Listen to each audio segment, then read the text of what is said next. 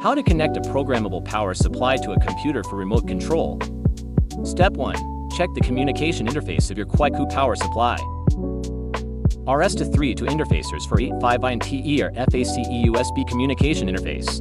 Step 2. Download the PC control software.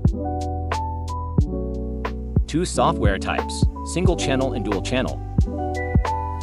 Save these step-by-step instructions for later. They will be helpful to you. Step 3. Install the computer control software.